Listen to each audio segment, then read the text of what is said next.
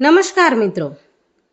Room number 7માં રહેતા એ વૃદ્ધ દર 15મી તારીખે આખો દિવસ બારણું બંધ કરી દેતા હતા. કોઈને ખબર નહોતી કે એ દિવસે તેઓ કોની રાહ જોતા હતા. એક દિવસ તેમની જૂની ચામડાની થેલીમાંથી એવા પત્રો મળ્યા કે આખા વૃદ્ધાશ્રમની આંખોમાં આંસુ આવી ગયા. અને જ્યારે વર્ષો પછી તેમનો દીકરો સામે આવ્યો ત્યારે દાદાએ ફક્ત 5 શબ્દો કહ્યા, બેટા, હવે તું આવી ગયો? તો વાર્તાનું નામ છે વૃદ્ધાશ્રમમાં રૂમ નંબર 7માં રહેલું રહસ્ય. શહેરથી થોડે દૂર એક જૂનું વૃદ્ધાશ્રમ હતું, સ્નેહધામ વૃદ્ધ સેવા આશ્રમ. બહારથી જોતા એ મકાન સામાન્ય લાગતું. સફેદ દિવાલો, આગળ નાનો બગીચો અને બાજુમાં પીપળાનું ઝાડ અને દરવાજા પાસે લટકતું જૂનું બોર્ડ. પણ આ વૃદ્ધાશ્રમની અંદર એવી ઘણી વાર્તાઓ દટાયેલી હતી જે કોઈ પુસ્તકમાં લખાઈ નહોતી. કોઈને સંતાન ભૂલી ગયું હતું, કોઈની પત્ની વર્ષો પહેલા ચાલી ગઈ હતી, કોઈને પોતાના જ ઘરમાં પરાયો બનાવી દેવામાં આવ્યો હતો, અને કોઈ એવા પણ હતા જેમણે આખી એ જિંદગી પરિવાર માટે આપી દીધી હતી. પણ જીવનના અંતે પરિવાર પાસે તેમના માટે થોડા દિવસોનો પણ સમય બચ્યો નહોતો. આ વૃદ્ધાશ્રમમાં કુલ 20 રૂમ હતા, પણ એમાં એક રૂમ વિશે બધા કર્મચારીઓ ધીમા અવાજે વાત કરતા. Room number 7.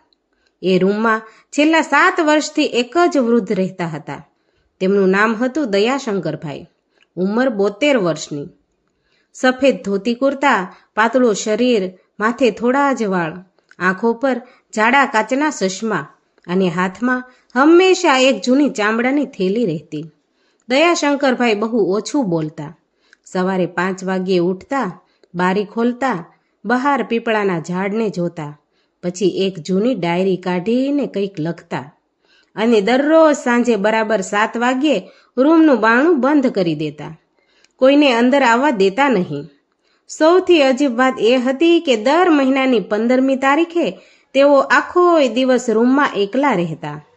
કોઈ જમવાનું લઈને જાય તો પણ કહેતા, મને આજે ભૂખ નથી. કોઈ પૂછે, દયાશંકરભાઈ શું થયું? તો એક જ જવાબ આપતા, આજે એક જૂની યાદનો દિવસ છે. આ વાત કોઈનેય સમજાતી નહોતી. વૃદ્ધાશ્રમની સંચાલિકા મીનાબેન પણ ઘણી વાર પૂછતી, દયાશંકરભાઈ, તમારા પરિવારને ફોન કરીએ? દયાશંકરભાઈ હળવું સ્મિત કરતા, પરિવાર? પણ થોડા સમય ચૂપ રહીને કહેતા, મારો પરિવાર તો છે જ નહીં. પણ તમારા બાળકો? દયાશંકરભાઈની આંખો અચાનક બારી તરફ વળી જતી. બાળકો હતા, પણ હવે નથી. હવે માત્ર યાદોમાં જ છે. મીનાબેનને વધુ પૂછવાનું હિંમત ન થતી. પણ એક માણસ એવો હતો જેને રૂમ નંબર 7નું રહસ્ય જાણવાની ખૂબ જ ઈચ્છા હતી. તેનું નામ હતું નીરવ.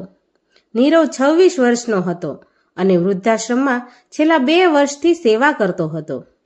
તે બીજા કર્મચારીઓ જેવો નહોતો. તે દરેક વૃદ્ધ સાથે બેસતો, તેમની વાતો સાંભળતો, કોઈને દવા આપતો તો કોઈને ચશ્મા સાફ કરી આપતો. કોઈના દીકરાનો ફોન ન આવે તો પોતે ફોન કરતો, અને દયાશંકરભાઈ માટે તો એને ખાસ લાગણી હતી. કારણ કે નીરવને લાગતું હતું કે આ માણસના ચહેરા પર જે શાંતિ છે એની પાછળ બહુ મોટું દુઃખ છુપાયેલું છે. એક દિવસ નીરવ રૂમ નંબર 7માં ચા લઈને ગયો. દયાશંકરભાઈ, ચા. અંદરથી અવાજ આવ્યો, આવ બેટા. નીરવ અંદર ગયો. દયાશંકરભાઈ પથારી પાસે બેઠા હતા. તેમની સામે એ જ જૂની ચામડાની થેલી હતી. નીરવે ઘણી વાર એ થેલી જોઈ હતી, પણ ક્યારેય પૂછ્યું નહોતું. આજે તેણે હિંમત કરી, દાદા? હા બેટા. આ થેલીમાં શું છે? દયાશંકરભાઈ થોડું હસ્યા. એક માણસનું આખું એ જીવન. નીરવ હસ્યો. એટલી નાની થેલીમાં આખું જીવન? હા. શું છે અંદર? દયાશંકરભાઈએ થેલી પર હાથ મૂક્યો, જે મારે કોઈને બતાવવું નથી. મને પણ નહીં. વૃદ્ધે પહેલી વાર નીરવની આંખોમાં સીધું જોયું. થોડી ક્ષણ સુધી કંઈ બોલ્યા નહીં. પછી કહ્યું, એક દિવસ જરૂર બતાવીશ, જ્યારે સમય આવશે. નીરવ રૂમની બહાર આવી ગયો, પણ હવે તેની ઉત્સુકતા વધી ગઈ. એક રાત્રે ભારે વરસાદ પડતો હતો. વૃદ્ધાશ્રમમાં મોટા ભાગના લોકો સૂઈ ગયા હતા. નીરવ રાત્રિની ડ્યુટી પર હતો. લગભગ 11:30 વાગ્યે તેને રૂમ નંબર 7માં કંઈક પડવાનો અવાજ આવ્યો. તે તરત જ દોડી ગયો. દાદા, બારણું અંદરથી બંધ હતું. દયાશંકરભાઈ, બારણું ખોલો. કોઈ જવાબ નહીં. નીરવે મીનાબેનને બોલાવ્યા. બારણું ખોલવામાં આવ્યું. દયાશંકરભાઈ જમીન પર પડેલા હતા. નીરવ અને મીનાબેને તેમને ઊભા કર્યા. થોડીવાર પછી તેમની આંખો ખુલી. શું થયું? નીરવે પૂછ્યું. દયાશંકરભાઈએ ધીમેથી કહ્યું, કંઈ નહીં. તમને ચક્કર આવ્યા હતા? હા. નીરવની નજર ટેબલ પર ગઈ. ચામડાની થેલી ખુલ્લી હતી અને તેમાં એક જૂનો ફોટો બહાર પડેલો હતો. ફોટામાં એક યુવાન દંપતી હતું. વચ્ચે એક નાનો છોકરો. નીરવે ફોટો હાથમાં લીધો. આ કોણ છે? દયાશંકરભાઈનો ચહેરો બદલાઈ ગયો. મૂકી દે. પણ દાદા, નીરવ, ફોટો મૂકી દે. નીરવે ફોટો પાછો મૂકી દીધો. દયાશંકરભાઈએ ફોટો હાથમાં લીધો. થોડા સમય સુધી તેને જોતો રહ્યો. પછી તેમની આંખોમાં આંસુ આવી ગયા. આ મારી પત્ની હતી. નીરવ ચૂપ રહ્યો અને તેમના ફોટામાંના છોકરા તરફ આંગળી કરી. મારો દીકરો. તેનું નામ અંકિત. ક્યાં છે? દયાશંકરભાઈએ આંખો બંધ કરી. મને ખબર નથી. બીજા દિવસે નીરવે મીનાબેનને પૂછ્યું, દયાશંકરભાઈ વિશે તમને કંઈ ખબર છે? મીનાબેને થોડું વિચાર્યું. તેઓ 7 વર્ષ પહેલા અહીં આવ્યા હતા. એક અજાણ્યો માણસ એને અહીં મૂકવા આવ્યો હતો. તેણે કહ્યું હતું કે દયાશંકરભાઈને અહીં જ રાખજો. ખર્ચ માટે દર મહિને પૈસા આવશે. એ માણસ કોણ હતો? એણે નામ કહ્યું નહોતું. દર મહિને ખરેખર પૈસા આવતા રહ્યા. નીરવ આશ્ચર્યમાં પડી ગયો. ક્યાંથી? એક બેંક ખાતામાંથી. કોઈ નામ છે? મીનાબેને જૂની ફાઇલ કાઢી. થોડીવાર પાના ફેરવ્યા. પછી એક નામ પર આંગળી રાખી. અંકિત દયાશંકર શાહ. નીરવના હાથમાંથી ફાઇલ લગભગ છૂટી ગઈ. અંકિત? હા, એમનો દીકરો લાગે છે. નીરવના મનમાં એક જ સવાલ આવ્યો. જો દીકરો દર મહિને પૈસા મોકલે છે તો પિતાને મળવા કેમ નથી આવતો? થોડા દિવસ પછી 15મી તારીખ આવી. એ દિવસ દયાશંકરભાઈ માટે ખાસ હતો. સવારથી જ તેમણે કોઈ સાથે વાત કરી નહીં. નીરવ દૂરથી તેને જોતો રહ્યો. સાંજે 7 વાગ્યે તેમણે રૂમનું બારણું બંધ કરી દીધું. નીરવને લાગ્યું કે આજે રહસ્ય બહાર આવશે. રાત્રે લગભગ 8 વાગ્યે દયાશંકરભાઈએ પોતે જ નીરવને બોલાવ્યો. નીરવ? હા દાદા, અંદર આવ. નીરવ અંદર ગયો.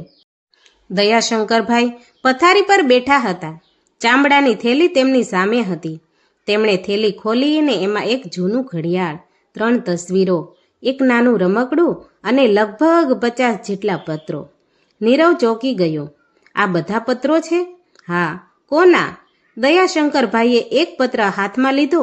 મારા દીકરાના. નીરવને વિશ્વાસ ન આવ્યો. પણ તમે તો કહ્યું હતું કે તમને ખબર નથી કે તે ક્યાં છે. મને ખબર નથી. તો પત્રો કેવી રીતે? દયાશંકરભાઈ હળવા હસ્યા. આ પત્રો તેણે મને લખ્યા હતા. તો તમને મળ્યા કેમ નહીં?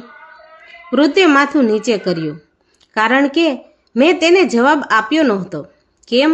દયાશંકરભાઈની આંખોમાંથી આંસુ વહેવા લાગ્યા. કારણ કે હું તેને બચાવવા માંગતો હતો. નીરવને કંઈ સમજાયું નહીં. શું બચાવવા? દયાશંકરભાઈએ ધીમેથી વાત શરૂ કરી. મારો દીકરો અંકિત બહુ સારો હતો. બાળપણથી જ શાંત, મારી જેમ જ. તે મોટો થયો ત્યારે શહેરમાં નોકરી કરવા ગયો. પહેલાં તો દર અઠવાડિયે ઘરે આવતો, પછી મહિને એકવાર, પછી 2-3 મહિને, પણ ફોન જરૂર કરતો. એક દિવસ તેણે મને કહ્યું કે તે એક છોકરીને પ્રેમ કરે છે. મેં કહ્યું, લગ્ન કરી લે. પણ તે છોકરીના પરિવારને અમારો ગરીબ પરિવાર પસંદ નહોતો. તેમણે અંકિતને કહ્યું કે જો તે છોકરી સાથે લગ્ન કરશે તો તેને પરિવાર છોડવો પડશે. નીરવ ધ્યાનથી સાંભળતો હતો. અંકિત મારી પાસે આવ્યો. એ દિવસે વરસાદ હતો. તે બોલ્યો, બાપા, હું શું કરું? મેં કહ્યું, બેટા, તું તારી ખુશી પસંદ કર. પણ તેણે કહ્યું, મારી ખુશી તો તમે છો. દયાશંકરભાઈ થોડી ક્ષણ ચૂપ રહ્યા. મેં તેને સમજાવ્યો, બેટા, પિતાને લીધે સંતાનનું જીવન બગડવું ન જોઈએ, પણ તે માનતો નહોતો. અંતે મેં એક કઠોર નિર્ણય લીધો. નીરવ ધીમેથી બોલ્યો, કયો નિર્ણય? દયાશંકરભાઈએ આંખો બંધ કરી. મેં તેને કહ્યું કે મને ભૂલી જા. નીરવ સ્તબ્ધ થઈ ગયો. દાદા, તમે આવું કેમ કહ્યું? કારણ કે મને ખબર હતી કે તે છોકરીનો પરિવાર તેને મારી સાથે રાખવા નહીં દે, અને હું ઈચ્છતો હતો કે મારો દીકરો ઘર વસાવે. મેં એને કહ્યું કે હું તારી સાથે સંબંધ રાખવા માંગતો નથી. અંકિત રડ્યો. ઘણા દિવસો સુધી ફોન કરતો રહ્યો, પત્રો લખતો રહ્યો, પણ મેં કોઈ જવાબ આપ્યો નહીં. નીરવની આંખો પણ ભીની થઈ ગઈ. પછી તેણે લગ્ન કરી લીધા, અને મને લાગ્યું કે હવે તે સુખી હશે. દયાશંકરભાઈએ એક પત્ર ખોલ્યો. આ તેનો છેલ્લો પત્ર હતો. નીરવે પૂછ્યું, એમાં શું લખ્યું હતું? દયાશંકરભાઈએ પત્ર આગળ કર્યો. તું વાંચ. નીરવે કાગળ લીધો. પત્રમાં લખ્યું હતું, બાપા, તમે મને કહ્યું હતું કે તમને ભૂલી જાઓ. હું પ્રયત્ન કરું છું, પણ એક દીકરો પોતાના બાપને કેવી રીતે ભૂલે? મારી પત્ની સારી છે, મારું ઘર પણ છે, પણ જ્યારે પણ કોઈ મને બાપા કહીને બોલાવે છે ત્યારે મને યાદ આવે છે કે મેં આ શબ્દ તમને કેટલા ઓછા વખત કહ્યા. હું દર મહિને તમારા માટે થોડા પૈસા મોકલીશ, તમે સ્વીકારજો. મારે તમારી સાથે વાત ન થાય તો ચાલશે, પણ તમે મારી મદદ સ્વીકારશો તો મને લાગશે કે તમે હજુય મારા બાપ છો. તમારો અંકિત. નીરવ પત્ર વાંચીને ચૂપ થઈ ગયો. દયાશંકરભાઈએ કહ્યું, એ પછી મેં ક્યારેય તેને જવાબ આપ્યો નહીં. તે પૈસા મોકલતો રહ્યો અને હું સ્વીકારતો રહ્યો. તો પછી તમે બંને વચ્ચે પ્રેમ હતો? વૃદ્ધ હસ્યા. પ્રેમ ક્યારેય ગયો જ નહોતો. થોડા મહિનાઓ પછી દયાશંકરભાઈની તબિયત ખરાબ થવા લાગી. એક દિવસ ડોક્ટરે કહ્યું, હવે તેમને વધારે સમય આરામ આપવો પડશે. નીરવે પૂછ્યું, દાદા, અંકિતને જાણ કરીએ? દયાશંકરભાઈએ તરત જ ના પાડી. ના, પણ દાદા, મારો દીકરો સુખી છે, તેને મારી ચિંતા કરાવવી નથી. નીરવે પૂછ્યું, પણ જો તેને ખબર જ ન પડે કે તમે બીમાર છો? દયાશંકરભાઈ બોલ્યા, તો એ સારું, કારણ કે મેં એને એકવાર છોડ્યો હતો. હવે એને ફરી મારા માટે પોતાનું જીવન રોકવું પડે એ હું નથી ઈચ્છતો. નીરવ બોલ્યો, દાદા, ક્યારેક માણસને પોતાના માટે નહીં, પણ પોતાના માણસ માટે પાછું આવવું હોય છે. વૃદ્ધે નીરવ તરફ જોયું. તું બહુ જ મોટો થઈ ગયો છે. નીરવ હસ્યો. એ તો તમારી પાસે રહીને. એક દિવસ વૃદ્ધાશ્રમમાં એક અજાણ્યો માણસ આવ્યો. સૂટ પહેરેલો હતો, હાથમાં મોંઘી ઘડિયાળ, પણ ચહેરા પર ચિંતા. તે સીધો મીનાબેન પાસે ગયો. રૂમ નંબર 7 ક્યાં છે? મીનાબેન ચોંકી ગયા. તમે કોણ? માણસે ધીમેથી કહ્યું, હું અંકિત. નીરવ દૂર ઊભો હતો. તેના શરીરમાંથી જાણે વીજળી પસાર થઈ. આ દયાશંકરભાઈનો દીકરો હતો. અંકિતે પૂછ્યું, બાપા અહીં છે? મીનાબેનની આંખો ભીની થઈ ગઈ. અંકિત રૂમ નંબર 7 તરફ આગળ વધ્યો, પણ દરવાજા સુધી પહોંચ્યો ત્યારે અટકી ગયો. તેના હાથ કાંપતા હતા. નીરવે પૂછ્યું, ડર લાગે છે? અંકિતે ધીમેથી કહ્યું, હું 7 વર્ષથી દર મહિને પૈસા મોકલું છું, પણ આજે પહેલી વાર મારા બાપાને જોવા આવ્યો છું. મને ખબર નથી તેઓ મને સ્વીકારશે કે નહીં. નીરવે કહ્યું, બાપ ક્યારેય પોતાના દીકરાને પોતાના દિલથી દૂર રાખતા નથી. અંકિતની આંખોમાં આંસુ આવી ગયા. તે બારણું ખોલીને અંદર ગયો. દયાશંકરભાઈ સૂતા હતા. અંકિત પથારી પાસે ઊભો રહ્યો. થોડી ક્ષણ પછી તેણે ધીમેથી કહ્યું, બાપા. દયાશંકરભાઈની આંખો ખુલી. તેમણે સામે જોયું કે એક ક્ષણ માટે જાણે સમય અટકી ગયો. બંને એકબીજાને જોતા રહ્યા. અંકિત ઘૂંટણીએ બેસી ગયો. બાપા. દયાશંકરભાઈએ કશું કહ્યું નહીં. અંકિતે તેમનો હાથ પકડ્યો. મને માફ કરી દો. દયાશંકરભાઈએ ધીમેથી પૂછ્યું, તું કેમ આવ્યો? તમને લેવા. ક્યાં? મારા ઘરે. તારી પત્ની? એણે જ મોકલ્યો છે. અને બાળકો? અંકિત રડવા લાગ્યો. મારા 2 બાળકો છે. તેઓ તમને દાદા કહેવા માંગે છે. દયાશંકરભાઈની આંખોમાં આંસુ આવી ગયા. તેમને ખબર છે હું કોણ છું? હા, પણ મેં તો તેમને ક્યારેય જોયા નથી. તેઓ રોજ તમારો ફોટો જુએ છે. દયાશંકરભાઈ ચોંકી ગયા. મારો ફોટો? અંકિતે ખીચામાંથી એક નાનો ફોટો કાઢ્યો.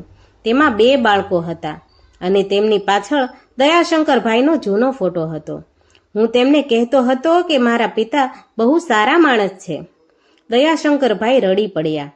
પણ તું તો કહેતો હતો કે તું મને ભૂલી ગયો. અંકિતે તેમના હાથ પર માથું મૂક્યું. બાપા, દીકરો બાપને ભૂલી શકે? ના, પણ મેં તમને શોધવાનું મોડું કર્યું. દયાશંકરભાઈએ કાંપતા હાથથી તેના માથા પર હાથ મૂક્યો. મોડું થયું છે, પણ તું આવ્યો તો ખરો. બંને ગળે મળ્યા. રૂમ નંબર 7ની બહાર ઊભેલા નીરવ અને મીનાબેનની આંખોમાં પણ આંસુ આવી ગયા. પણ આ વાર્તાનું સૌથી મોટું રહસ્ય હજુ બહાર આવવાનું હતું.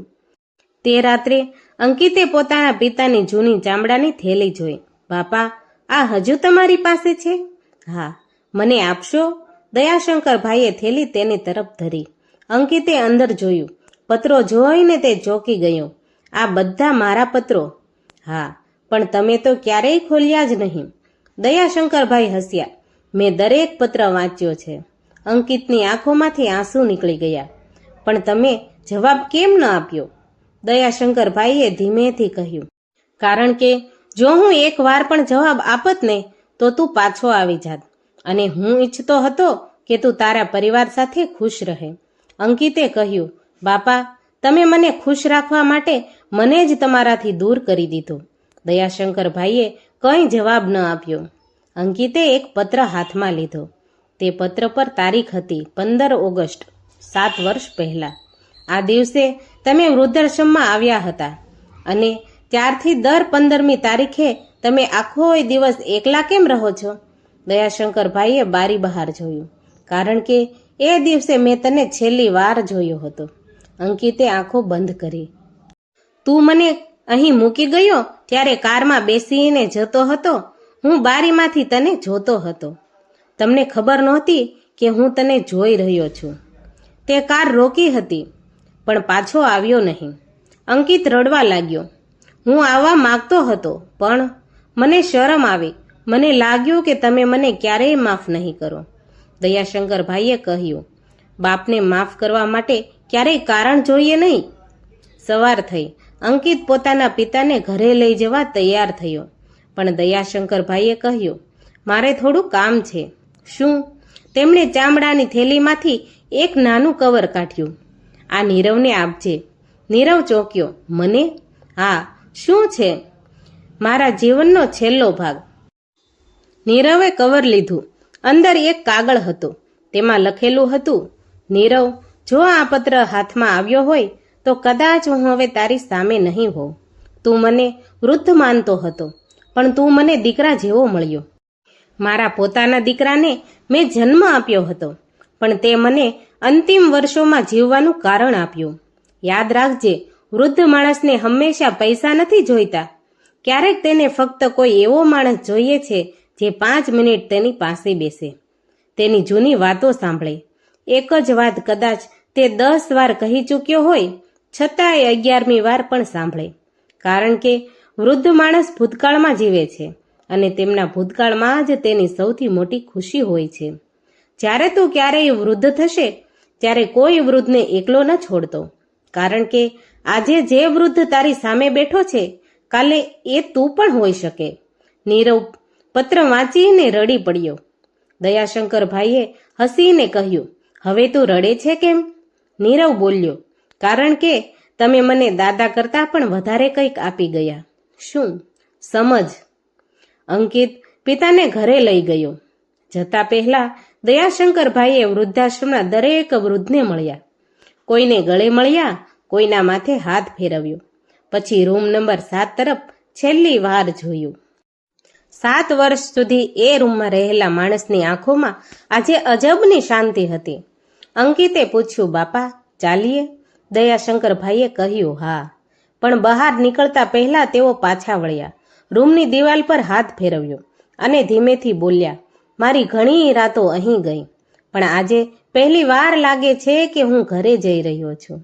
ઘરે પહોંચ્યા પછી અંકિતના બાળકો દોડીને આવ્યા. દાદા! દયાશંકરભાઈ થંભી ગયા. તેમણે બંને બાળકોને જોયા. એક બાળક તેમની ગળે પડી ગયું. બીજાએ પૂછ્યું, દાદા, તમે અમારી સાથે જ રહેશો ને? દયાશંકરભાઈએ આંખો બંધ કરી તેમણે બંનેને ગળે લગાવી દીધા. હવે હું ક્યાંય નહીં જાઉં. એ રાત્રે ઘણા વર્ષો પછી દયાશંકરભાઈ પોતાના ઘરના આંગણામાં સૂતા. બારી બહાર ચાંદ હતો. પાસે અંકિત બેઠો હતો. બાપા, એક વાત પૂછું? તમે મને આટલો પ્રેમ કેમ કર્યો? દયાશંકરભાઈ હસ્યા. કારણ કે તું મારો દીકરો છે. પણ મેં તમને દુઃખ આપ્યું. બેટા, બાપને દીકરાનું સુખ અને દુઃખ બંને પોતાનું જ લાગે. અંકિતની આંખો ભરાઈ ગઈ. તે પિતાના પગ પાસે બેસી ગયો. બાપા, હવે હું તમને ક્યારેય એકલા નહીં છોડું. દયાશંકરભાઈએ કહ્યું, મને વચન ન આપ. વચન કરતા સમય આપ. દરરોજ 5 મિનિટ મારી પાસે બેસજે. બાકી મને કંઈ નથી જોઈતું. અંકિતે પિતાનો હાથ પકડી લીધો. 5 મિનિટ નહીં બાપા, હવે આખી જિંદગી. દયાશંકરભાઈ હસ્યા. હવે હું ખરેખર ધનિક થઈ ગયો. પરંતુ થોડા મહિના પછી દયાશંકરભાઈની તબિયત ફરી ખરાબ થઈ. આ વખતે તેઓ હોસ્પિટલમાં હતા. અંકિત તેમની બાજુમાં હતો. બંને પૌત્રો પણ પાસે હતા. દયાશંકરભાઈએ ધીમેથી આંખો ખોલી. અંકિત? હા બાપા. મારી ચામડાની થેલી ક્યાં છે? ઘરે છે. લાવી આપીશ? અંકિત થેલી લઈને આવ્યો. દયાશંકરભાઈએ તે ખોલી. અંદર એક જૂની ઘડિયાળ હતી. આ તારી માની હતી. મમ્મીની? હા. જ્યારે તું જન્મ્યો હતો ત્યારે તેણે મને આ ઘડિયાળ આપી હતી. કહ્યું હતું, જ્યારે આપણો દીકરો મોટો થશે ત્યારે તેને આપજો. અંકિતની આંખો ભીની થઈ ગઈ. અંકિતની માં ઘણા વર્ષો પહેલા અવસાન પામી હતી. દયાશંકરભાઈ બોલ્યા, તારી માં તને હંમેશા યાદ કરતી હતી. તેના મૃત્યુ પહેલા તેણે એક જ વાત કહી હતી. શું? અંકિતને કહેજો કે બાપથી ક્યારેય દૂર ન થાય. અંકિત ફૂટી ફૂટીને રડી પડ્યો. દયાશંકરભાઈએ ઘડિયાળ તેના હાથમાં આપી. હવે આ રાખ. મારે ના જોઈએ. આ પૈસા નથી, આ સમય છે. મારા જીવનનો જે સમય તારી સાથે રહી શક્યો નહીં, એ હવે તું તારા બાળકો સાથે જીવજે. અંકિતે ઘડિયાળ છાતી સાથે ચાંપ્યું. એ રાત્રે દયાશંકરભાઈ શાંતિથી સૂઈ ગયા. સવાર થઈ. સૂર્યની કિરણો બારીની અંદર આવી. અંકિતે પિતાનો હાથ પકડ્યો. હાથ ઠંડો હતો. બાપા? કોઈ જવાબ નહીં. બાપા? અંકિતે તેમને હલાવ્યા. પણ દયાશંકરભાઈ જઈ ચૂક્યા હતા. તેમના ચહેરા પર એ જ સ્મિત હતું જેવું સ્મિત રૂમ નંબર 7માંથી બહાર નીકળતી વખતે હતું. અંકિત પિતાના શરીર પાસે બેસીને રડતો રહ્યો. પણ આ વખતે તે એકલો નહોતો. તેના બંને બાળકો તેની બાજુમાં હતા. એક બાળક બોલ્યું, પપ્પા, દાદાને શું થયું?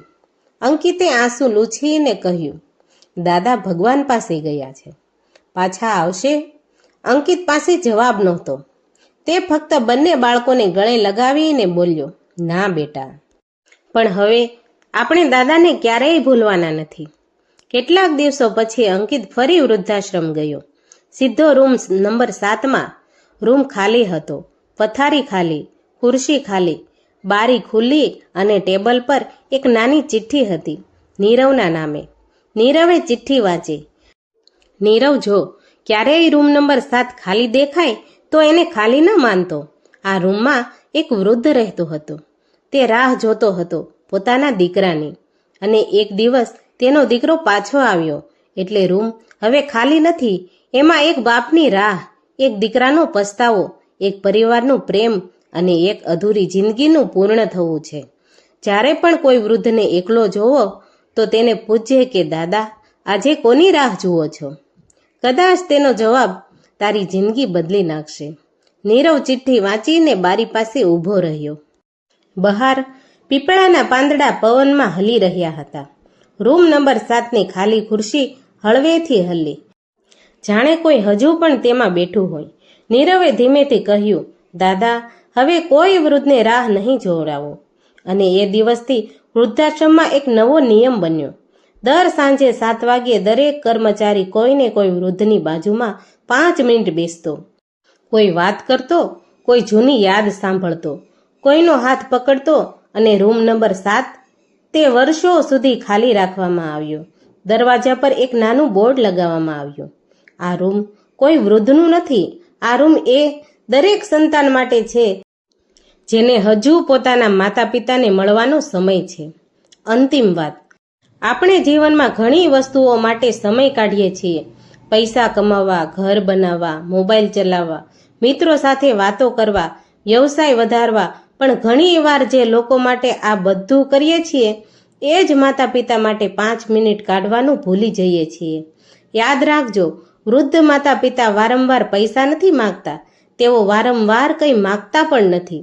તેઓ તો ફક્ત બારણું ખુલે ત્યારે આંખ ઊંચી કરીને જુએ કે મારું બાળક આવ્યું હશે, અને જ્યારે કોઈ આવતું નથી ત્યારે તેઓ પોતાની જાતને સમજાવે છે કે બાળકને કામ હશે. આ વાક્ય કદાચ દુનિયાનું સૌથી દુઃખદ વાક્ય છે, કારણ કે એમાં ફરિયાદ નથી, માત્ર પ્રેમ છે અને રાહ છે. એટલે જો તમારા માતા કે પિતા આજે જીવતા હોય તો આજે જ તેમની પાસે બેસજો, તેમનો હાથ પકડજો અને કોઈ મોટી વાત નહીં, ફક્ત એટલું પૂછજો કે બાપા, હું આવી ગયો, હવે તમે ખુશ છો ને? કદાચ તેઓ કંઈ નહીં કહે, કદાચ હસીને કહેશે, હા બેટા, હવે હું ખુશ છું, પણ તેમની આંખોમાં જોવું, કદાચ તમને ત્યાં આખી જિંદગીનો પ્રેમ દેખાશે, અને કદાચ રૂમ નંબર 7નું રહસ્ય પણ ત્યાં જ છુપાયેલું છે. એક વૃદ્ધ માણસની સૌથી મોટી ઈચ્છા તેના પોતાના માણસે તેને ભૂલ્યા ન હોય.